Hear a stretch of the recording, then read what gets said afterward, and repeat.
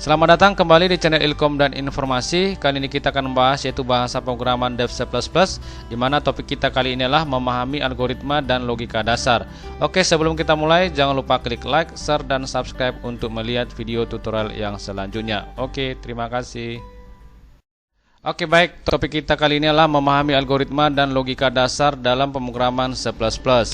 Di sini yang pertama kita lihat algoritma, di mana algoritma dalam ilmu komputer adalah urutan atau langkah-langkah untuk menyelesaikan suatu masalah yang ditulis secara berurutan. Kemudian kita lihat sebagai contoh, di sini contoh yang akan kita buat di sini algoritmanya tentang yang namanya pemesanan sebuah transportasi seperti Gojek atau Grab. Yang pertama adalah algoritmanya, langkah-langkah yang harus kita lakukan adalah yang pertama kita tentukan dulu lokasinya, kemudian lakukan pemesanan, kemudian di sini kita melakukan proses pembayaran, dan yang berikutnya kita lakukan perjalanan. Yang terakhir adalah sampai ke tujuan. Inilah langkah-langkah yang kita lakukan dalam melakukan sebuah proses pemesanan transportasi. Oke. Yang berikutnya di sini kita lihat pengertian dari program, di mana program adalah kumpulan instruksi komputer, sedangkan metode dan tahapan sistematis dalam program adalah algoritma. Oke. Kemudian program adalah suatu implementasi dari bahasa pemrograman yang dibuat dengan menggunakan bahasa pemrograman. Tergantung nanti bahasa pemrograman apa yang kita gunakan seperti C++, Pascal, kemudian bahasa program yang lain ya. Kemudian di sini program itu adalah gabungan antara algoritma ditambah bahasa atau struktur data. Kemudian dalam penulisan algoritma terdiri dari 3. Yang pertama adalah dalam bahasa natural atau bahasa Indonesia, bahasa Inggris, dan bahasa manusia lainnya. Jadi alur atau pembuatan langkah-langkah dalam menyelesaikan suatu masalah ini bisa kita gunakan dengan menggunakan bahasa natural atau dalam bentuk cerita. Kemudian yang kedua, menggunakan pseudocode atau mendekati bahasa pemrograman. Jadi algoritma yang kita buat menggunakan pseudocode ini sudah lebih simple ya, sudah lebih singkat daripada dalam bahasa natural. Yang ketiga, dalam pembuatan algoritma ini bisa kita gunakan dengan flowchart atau diagram alir.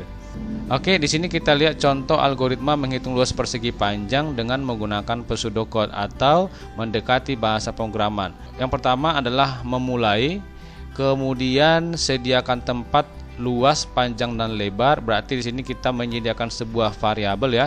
Kita gunakan variabelnya apa, kemudian masukkan panjang dan lebar, kemudian apa yang diproses ya. Yang diproses adalah rumus, sesuai dengan rumus, kemudian cetaklah hasil luas.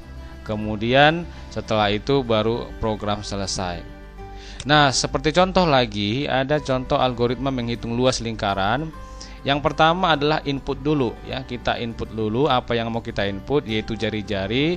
Kemudian dilakukan sebuah proses, yaitu luas sama dengan 22/7 dikali jari-jari dan dikali jari-jari, dan dapatlah hasilnya atau outputnya, yaitu adalah luas. Yang berikutnya di sini kita lihat flowchart ya, di mana flowchart atau diagram alir adalah penggambaran secara grafik dari langkah-langkah dan urutan-urutan prosedur dari suatu program. Flowchart merupakan cara penyajian dari suatu algoritma. Di sini kita lihat untuk simbol flowchart itu ada yang namanya yang pertama terminal ya. Kemudian ada simbolnya input output seperti ini. Persegi panjang ini adalah simbol untuk melakukan sebuah proses. Simbol seperti ini, belah ketupat ini adalah decision atau melakukan pengambilan keputusan atau kondisi. Lalu yang inilah flow line atau garis alir, ini adalah untuk mengatur arah aliran data ya. Kemudian yang berikutnya di sini kita lihat penjelasannya. Yang pertama adalah terminator, di mana terminator menunjukkan permulaan, awal, dan akhir dari suatu proses.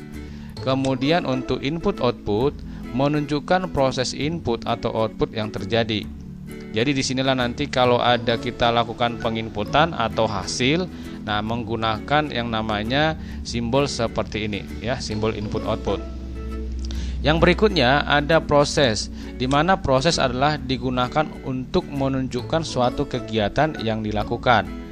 Yang berikutnya di sini adalah simbol decision, merupakan proses atau keputusan berdasarkan kondisi yang ada. Oke, inilah pengujian ya.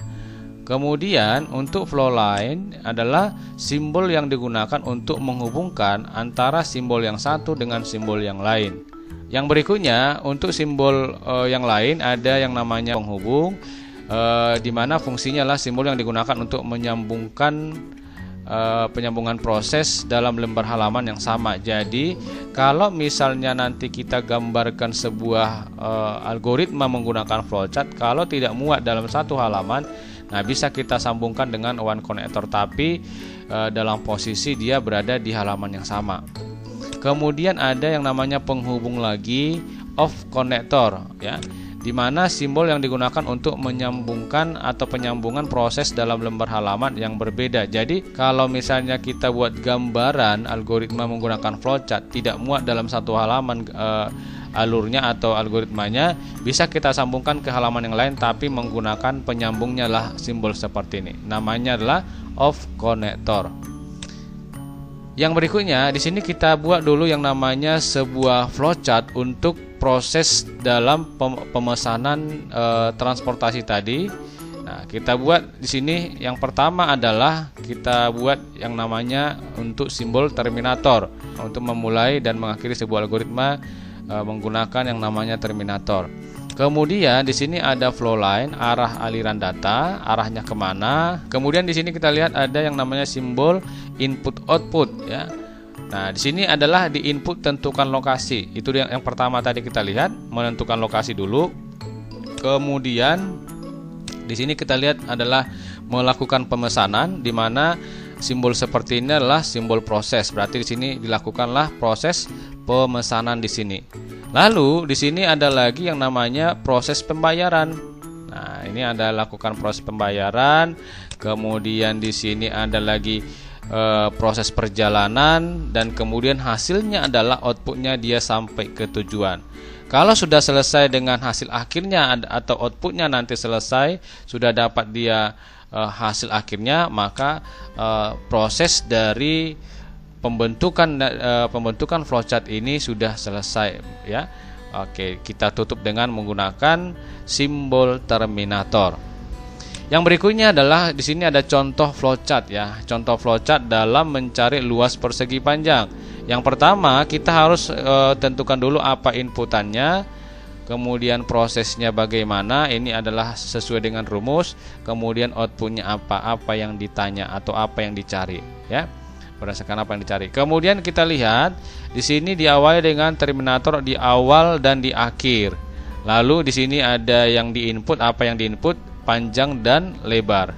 Oke, lalu untuk mendapatkan si luas ini kan yang kita cari ya, luasnya yang kita cari. Oke, jadi di sini adalah masukkan rumus, ini adalah proses ya. Proses dalam pencarian luas tadi dapat dari luas sama dengan panjang kali lebar, kemudian dapatlah outputnya, yaitu adalah cetaklah si luas. Kemudian karena tidak ada lagi proses yang lain atau pengerjaan yang lain, maka kita selesaikan dengan menggunakan simbol terminator. Kemudian kita lihat lagi dalam contoh untuk mencari nilai lulus atau gagal. Di sini diawali dengan terminator. Lalu lakukanlah penginputan bilangan. Setelah diinput dia variabel bilangan itu atau masukkan bilangannya, maka diuji. Inilah pengujian ya, ini ada decision, melakukan pengujian berdasarkan kondisi. Apa kondisinya? Kondisinya lah bilangan lebih besar sama dengan 75. Ketika nanti misalnya masukkan bilangannya di sini waktu diinput, lalu diuji. Bilangan yang diinput misalnya 70 misalnya, diuji di sini. Apakah bilangan 70 yang tadi lebih besar sama dengan 75? Kalau dia ya, maka nanti dicetaklah hasilnya lulus. Tapi kalau misalnya tidak sesuai dengan kondisi ini, maka nanti dicetaklah gagal. Kemudian setelah selesai, maka diakhiri dengan terminator. Oke, baik, itulah dia beberapa bentuk flowchart yang bisa kita lakukan, seperti tadi proses pemesanan transportasi dalam bentuk seperti Gojek atau Grab, kemudian untuk mencari luas persegi panjang, kemudian lulusan atau gagal. Nah, itulah gambaran sebelum kita yang namanya membentuk sebuah program. Oke, baik, terima kasih. Sekian tutorial kita dalam pembahasan flowchart dan semoga bermanfaat dan paham atas apa yang saya jelaskan.